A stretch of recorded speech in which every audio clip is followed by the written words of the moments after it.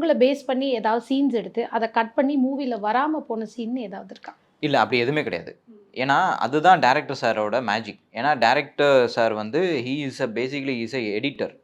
Editor for many successful movies like Attakathi, சூதுகவும், இதற்கு தானே ஆசைப்பட்ட பாலகுமாரா, இன்டர்நெட் நாளை, முண்டாசுப்பட்டி, அப்புறம் A1. ஸோ இந்த மாரி இவங்க கிரேட் இந்தியன் கிச்சன். ஸோ இந்த மாரி நெறைய படங்களுக்கு உண்டான எடிட்டர்.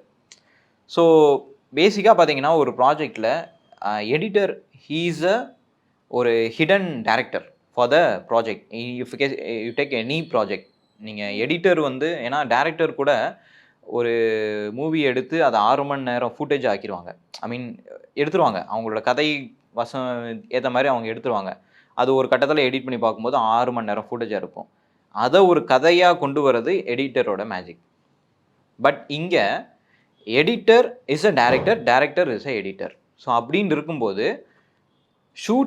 ஷார்ட்ஸே பார்த்தீங்கன்னா, ஆ வேணுன்ற சீன்ஸ், வேணுன்ற ஷார்ட்ஸ் மட்டும் தான் எடுத்தாங்க. எதுவுமே அன்வான்டடா எடுக்கல. ஸோ எனக்கு நான் யோசிச்சு பார்க்குறேன். இப்ப இன்கேஸ் கட் பண்ணாலும், அந்த கட் பண்ற சீன்லயும் நான் தான் வருவேன். நீங்க அந்த இத எடுத்து பார்த்தீங்கன்னா கூட உங்களுக்கு தெரியும். லைக் ஒரு இப்ப என்ன சீன் காட்டிட்டு இருக்காங்க அப்படின்னா, ஸ்கிப் ஆயி இன்னொன்னு இடத்துக்கு போகுது அப்படின்னா, அங்கேயும் நான் தான் இருப்பேன். ஆனா இருந்தாலும் ஐ ஹேவ் சம் ஒரு அத அத அத எனக்கு தெரியல. என்ன பயம் அப்படின்றது எனக்கு தெரியல. ஆனா எனக்கு அந்த பயம் இருந்துச்சு. ம். ஸோ இந்த மூவில அ எல்லா சீனுமே நான் நடிச்ச சீன் எல்லாமே வந்துருச்சு. அதுக்கு ஃபர்ஸ்ட் ஆஃப் ஆல் ரொம்ப ரொம்ப நன்றி to the universe and the director.